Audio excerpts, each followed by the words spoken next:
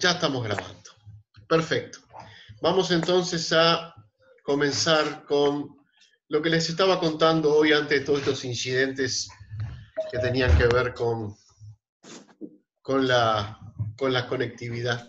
Decía que Latour en este libro, La Esperanza de Pandora, retoma un tema que estaba muy candente hace 30, 40 años atrás, sigue de hecho candente, ¿verdad? Y que tiene que ver con una especie de puja entre esos defensores a ultranza de las ciencias, ¿verdad?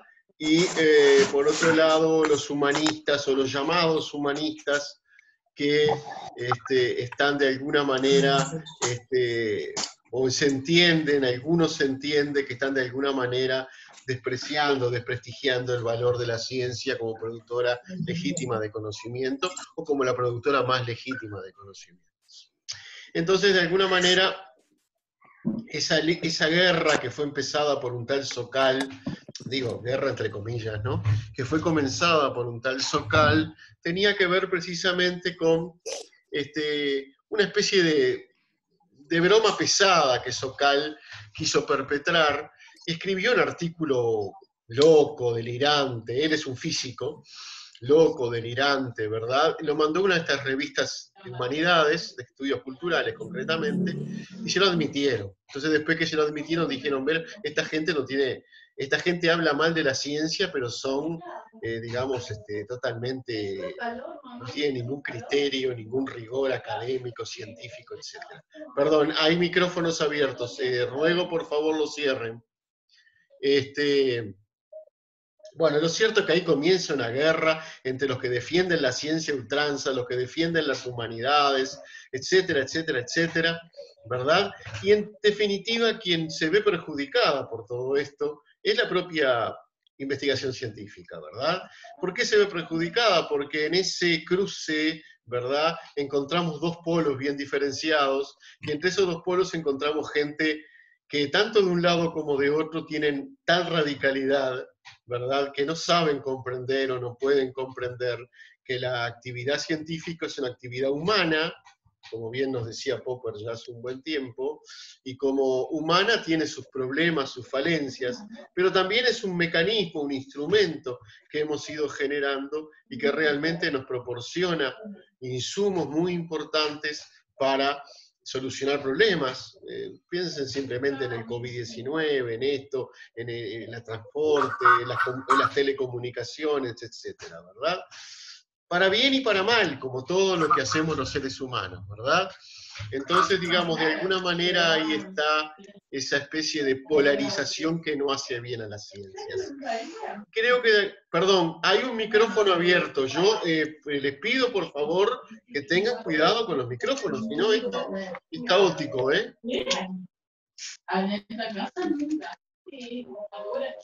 Perdón.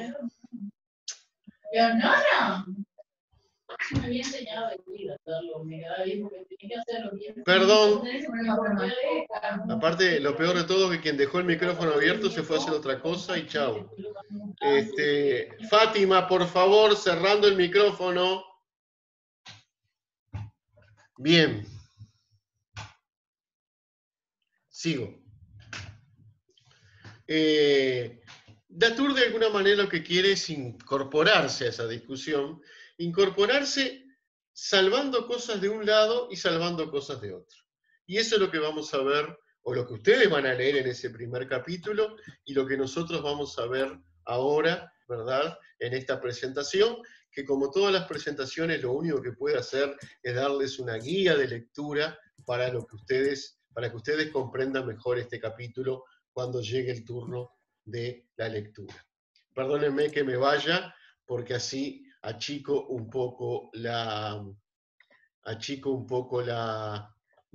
imagen. Igual de todas maneras yo no adorno mucho, y comenzamos a hablar específicamente de Bruno Latour, ¿verdad?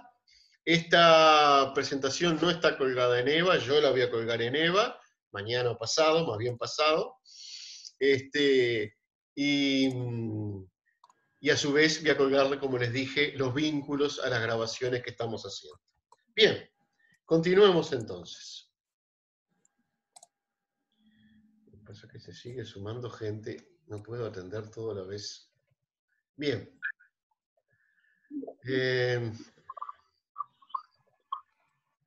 A ver. Estos son, lo que voy a traer acá son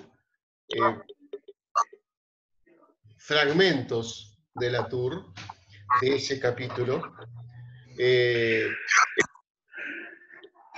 Darío Vivas, por favor, tenés el micrófono abierto. No me hagan repetir esto.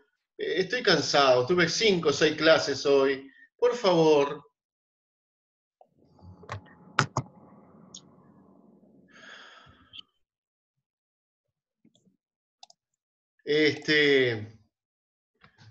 Entonces, lo que vamos a hacer es ir leyendo algunos fragmentos de este capítulo que ustedes tienen que leer y los vamos a ir analizando como una guía. Básicamente esto no les va a permitir conocer a Latour, sino ayudarles a comprender a Latour cuando lean este capítulo, cosa que ya deberían hacer, pero que les recomiendo que lo hagan a la brevedad posible, ¿verdad? Entonces vamos. Dice Latour, si los estudios sobre ciencia han logrado algo, Latour se pone en un grupo muy heterogéneo, por cierto, de gente que hace estudios sobre la ciencia. Evita llamarse epistemólogos, evitan llamarse filósofos de la ciencia, entre algunas de las cosas que vamos a ver ahora mismo ya, ¿no? Entonces dice, si los estudios sobre ciencia han logrado algo, en mi opinión, ha sido sin duda añadir realidad a la ciencia, no quitársela. En vez de actuar como los antiguos filósofos de la ciencia del pasado, arrebujados en su poltrona junto a una galería de científicos disecados colgando de las paredes, hemos retratado a personas vivas, inmersas en sus laboratorios. ¿Se acuerdan lo que les decía la clase pasada? Aquel libro que había escrito junto con Bulgar, La vida en el laboratorio.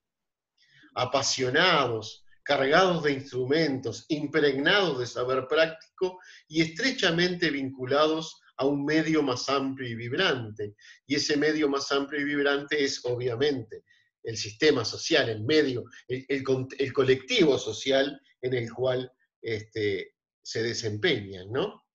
Entonces, dice, en lugar de la pálida y exangüe objetividad de la ciencia, aquella que, por ejemplo, pretendían los positivistas lógicos o Popper, sobre todo los positivistas lógicos, va a ser Latour un crítico despiadado de toda esa postura filosófica, dice, en lugar de la pálida y exangüe objetividad de la ciencia, hemos mostrado todos, me parece, que los humanos son los artefactos, ¿no? Lo que nos rodea, la computadora, los cables, el cable LAN ese que no tengo para conectarme, etcétera, ¿no? Que los no humanos involucrados en nuestra vida colectiva a través de las prácticas de laboratorio tienen historia. Los tubos de ensayo, los instrumentos, los microscopios, los telescopios, en fin, yo que sé, hasta las sillas en las que nos sentamos, ¿no? Tienen historia, flexibilidad, cultura, sangre. En suma, todas las características que le fueron negadas por los humanistas de la otra parte del campus. Aquellos que dicen que la ciencia es fría, que no refleja la realidad. Lo que dice o lo que pretende de alguna manera señalar Latour es que las ciencias son vivas, las ciencias están llenas de pasión, de humanidad, de discusión, muy lejos de esa imagen que pretendieron dar algunos filósofos de la ciencia y que también pretenden dar muchos científicos, ¿verdad? De ser algo objetivo, liberado de la pasión individual, algo, ¿verdad?, despersonalizado.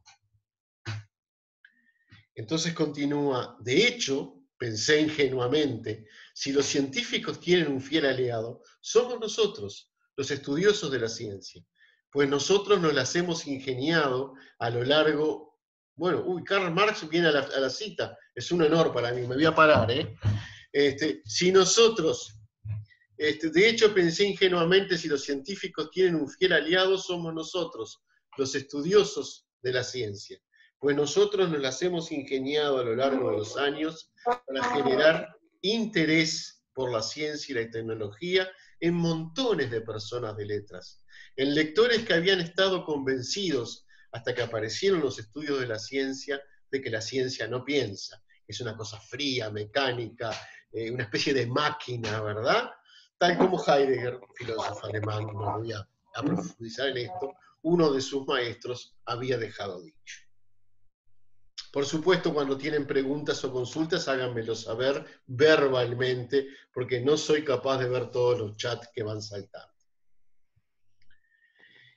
Entonces, claro, acá se genera un problema, ¿verdad? Un problema que ya venimos nosotros viendo en clases anteriores, es decir, cómo buscar un ámbito, cómo entender el ámbito científico, ¿verdad? Que sea un ámbito riguroso, humanamente objetivo, ¿verdad? Que trascienda la opinión, que trascienda, a mí me parece que no tiene ningún fundamento.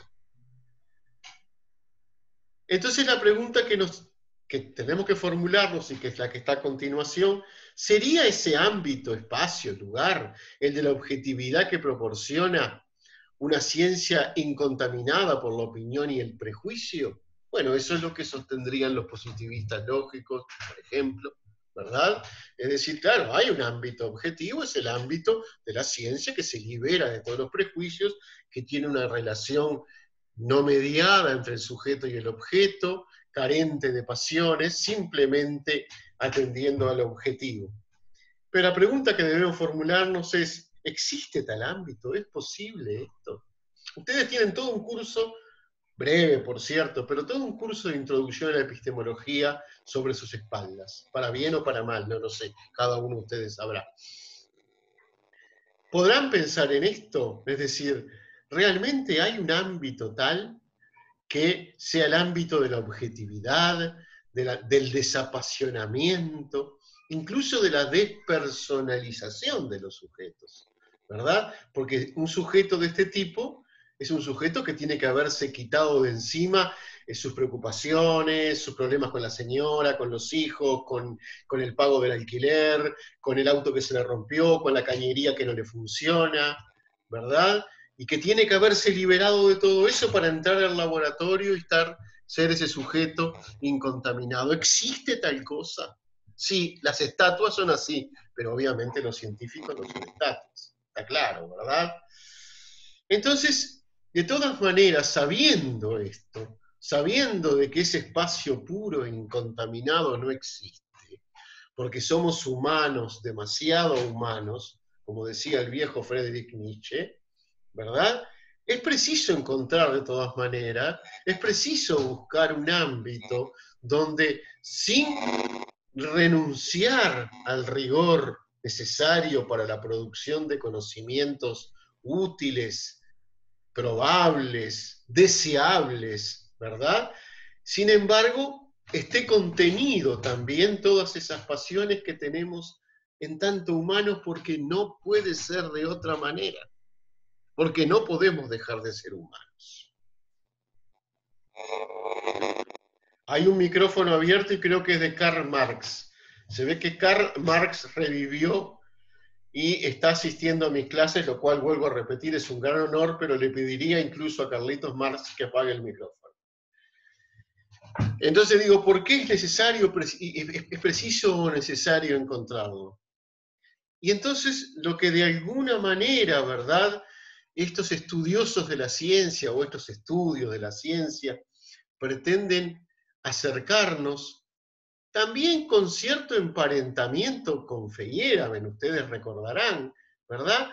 Si no puede haber un ámbito democrático, un ámbito donde la participación sea mucho más abierta.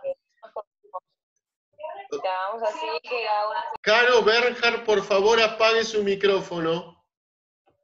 Ese ámbito, ¿verdad? Es un ámbito que no por objetivo, no por carecer de esa objetividad casi marmórea, sin embargo es un ámbito necesario. Y miren, les voy a contar una cosa que me enteré yo de ella hoy, salió incluso en la prensa, pero yo hablé con un amigo de la Facultad de Ciencias, que es biólogo. Hoy salía, o va a salir una revista, hay toda una movida latinoamericana por una ciencia democrática, por una tecnología, ¿verdad? O por desarrollos científicos, tecnológicos, que tengan que tener, fíjense qué lindo nombre, licencia social. Es decir, que no es que nos vendan lo que las compañías quieren vendernos, no es que nos entreguen lo que los científicos quieren, las teorías que quieran entregarnos, sino que tiene que haber una participación de la gente. Hay muy diferentes niveles, como usuarios, como financiadores, como decisores políticos, claro está, ¿verdad? Esa es la participación democrática. Si repasamos las propuestas conocidas, las que hemos visto a lo largo del curso, vamos a ver que excepto la de Feyerabend, cuando se acuerdan, pide una participación social, claro, Feyerabend lo hace de una manera un tanto alocada, como era él, ¿verdad? Simpático, pero alocado, ¿verdad?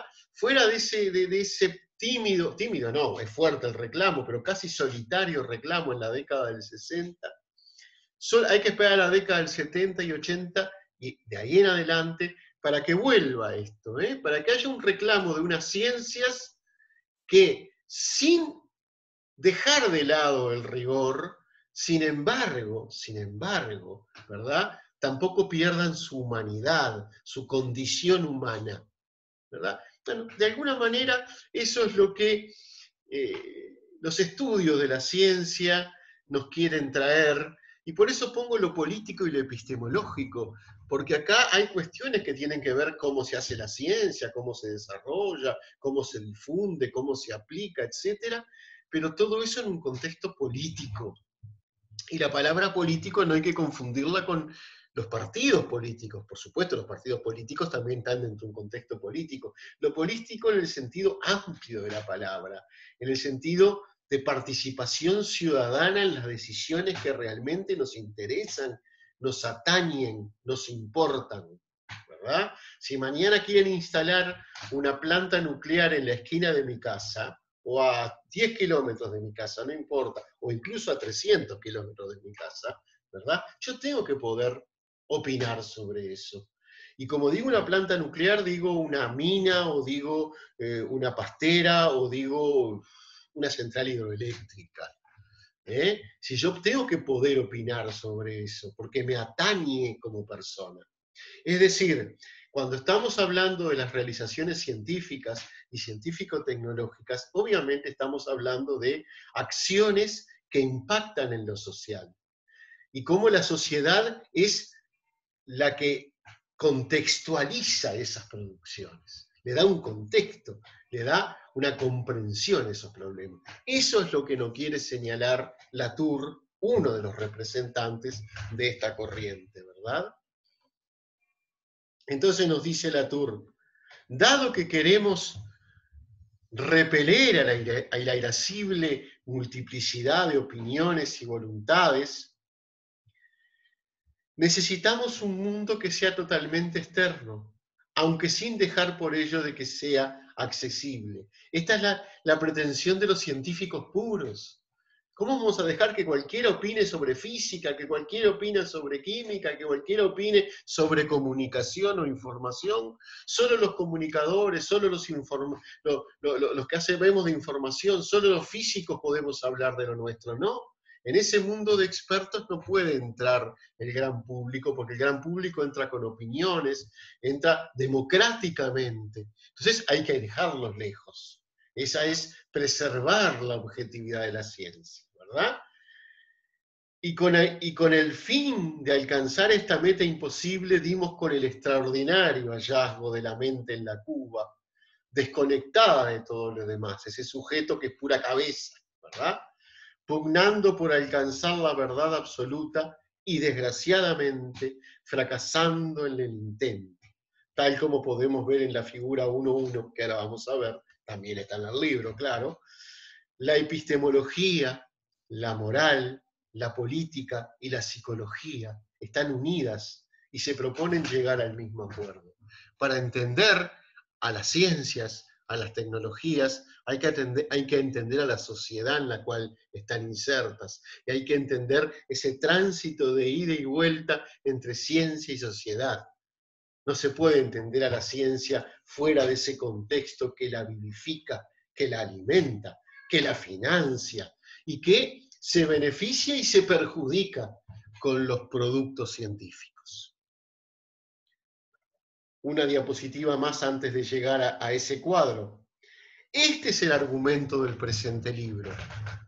Y también es la causa de que la realidad de los estudios sobre la ciencia sea tan difícil de ubicar. Detrás de la fría cuestión epistemológica que puede plantearse de esta manera, ¿pueden nuestras representaciones captar con alguna certeza las características estables del mundo exterior? Acecha siempre una segunda y ardiente ansiedad. ¿Es posible encontrar un modo de repelar a las masas? ¿Pero qué son las masas? Las masas son las opiniones, la multiplicidad de opiniones, ¿verdad? Eso es lo que hay que rechazar para los científicos puros, ¿verdad? Porque la multiplicidad de opiniones lo que hace evidentemente es justamente, desde esa perspectiva, quitarle rigor a la investigación científica. Y a la inversa, dice Latour, tras toda definición de lo social se esconde una misma preocupación. ¿Podemos seguir siendo capaces de utilizar la realidad objetiva para callar las demasiadas voces de la masa? Es decir, hay un ámbito, pues la pregunta sería, ¿es que alguna vez existió un ámbito que pueda extraerse de ese contexto social, tal como pretendieron los positivistas lógicos, e incluso tal como pretendió Popper, e incluso como pretendió Kuhn con las comunidades científicas y sus paradigmas? Lo que nos dicen los estudios de la ciencia es que ese ámbito no existe. Que las ciencias, tal como ahora sí nos muestra en este cuadro, ¿verdad?, están extraordinariamente vinculadas al contexto que las provija, que las contextualiza, ¿verdad? Sociedad, naturaleza, mente, Dios, teología, ontología, psicología, epistemología, son todos partes de un mismo rompecabezas, ¿verdad? Entender uno o tener una pieza no alcanza para tener el rompecabezas armado, ¿verdad? Precisamos juntar las piezas y hacernos una visión de conjunto, no solo de la sociedad, sino de cómo las ciencias interactúan con lo social, interactúan con las voluntades, con los deseos, con las frustraciones de quienes la practican profesionalmente y de quienes son usuarios de esas realizaciones, de esos productos, ¿verdad? Imagínense, recuerden todo el tema antivacunas, por ejemplo, que se da ahora, ¿no? Todo ese movimiento que empieza en los países del primer mundo, en las clases medias de los países del primer mundo, que frente a una presunta comunicación científica que decía que vacunarse contra el sarampión producía autismo en los niños, es toda una falsedad, desde luego esto, ¿verdad? Se va generando todo un movimiento antivacunas que dice, ¿por qué te van a inyectar algo? Si que a ti no te inyectan algo, vas a crecer mejor, etc. Yo acá no voy a tomar partido, simplemente voy a señalarles cómo la vacuna, que es el producto final de un desarrollo del conocimiento, que obviamente tiene mucho tiempo sobre sí, ¿verdad?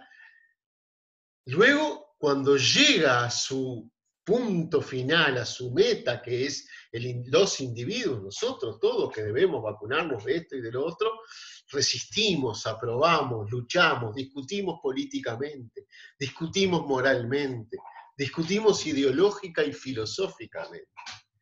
Entonces, hablar de la ciencia pensando solo en ese laboratorio donde se realiza la vacuna es como hablar del fútbol pensando que hay un jugador que la mantiene en el aire 20 minutos. Sí, perfecto, que es un crack, yo no lo podría hacer, desde luego, ¿no?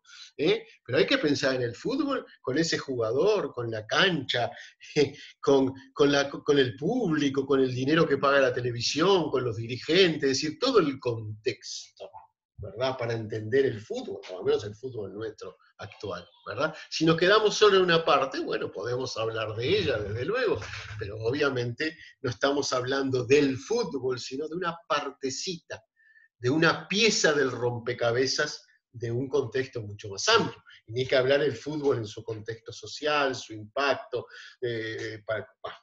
no voy a hablar de estas cosas porque indudablemente me iría muchísimo de tema, ¿verdad? Entonces, tal como yo lo veo, nos dice Latour, los estudios de la ciencia han hecho dos descubrimientos relacionados que tardaron mucho en producirse debido al poder del pacto que acabo de exponer, ese pacto de la objetividad pura, ¿verdad? Esos descubrimientos relacionados consisten en que ni el objeto ni lo social tienen el carácter inhumano exigido por el melodrama de Sócrates y Calícles. Esto lo van a leer cuando lean el libro. De todas maneras, no le den demasiada corte a esto. Está remitiendo a un diálogo de Platón, donde Sócrates, el filósofo, habla con Calícles, el sofista, donde uno defiende la verdad pura, Sócrates, alter ego de Platón, y Calícles, en cambio, como sofista, defiende la pluralidad de opiniones.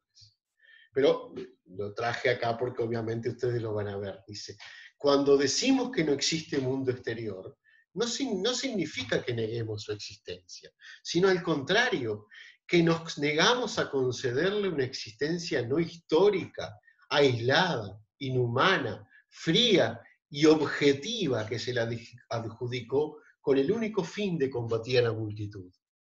Diciendo, señores, basta de opiniones, basta de multiplicidad de opiniones. El mundo exterior, al que la ciencia accede a través de su método científico, está más allá de cualquier opinión. Y es un mundo inmutable, desde luego. Es el mismo mundo que vieron nuestros antepasados hace 5.000 años y que vemos hoy. Eso no es verdad. El mundo cambia, se transforma, las montañas se erosionan, los planetas cambian su ritmo, nosotros obviamente, qué decir, nacemos, vivimos y morimos, es decir, las plantas, todo tiene una dinámica, una dialéctica, una transformación, que pensar en un mundo frío exterior es prácticamente estar pensando en una quimera que nunca existió, ¿verdad? Entonces dice, cuando decimos, continúo acá, cuando decimos que la ciencia es social, la palabra social no es para nosotros portadora del estigma de los despojos humanos o de la indisciplinada turba que Sócrates y Calícles se apresuraron a invocar con el fin de justificar la búsqueda de una fuerza lo suficientemente vigorosa para desbancar el poder de los 10.000 necios, es decir, la turba. No. Lo social es precisamente lo que vivifica, lo que le da sentido, lo que le da contexto, las demandas que le hacemos a los científicos. Miren, recuerden ahora, pasó hace muy poco, el COVID-19, surge la pandemia y nuestros científicos responden. Debemos estar orgullosos por eso. Creo que Profe, lo anterior, ¿verdad? Y nuestros profe, científicos, sí, dime. una consulta. Dale. A mí en el Zoom me está pareciendo que le aparecen 6 minutos le queda. Sí, exactamente.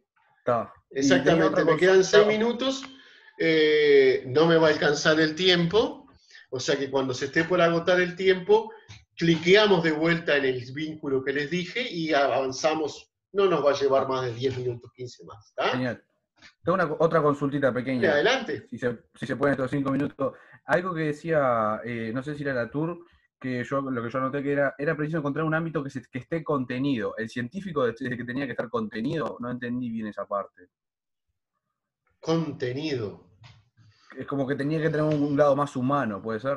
Bueno, sí, claro, es lo que vengo señalando ahora, es decir, el Ahí va. científico, bueno, obviamente es un ser humano, de eso no cabe no duda, ¿no?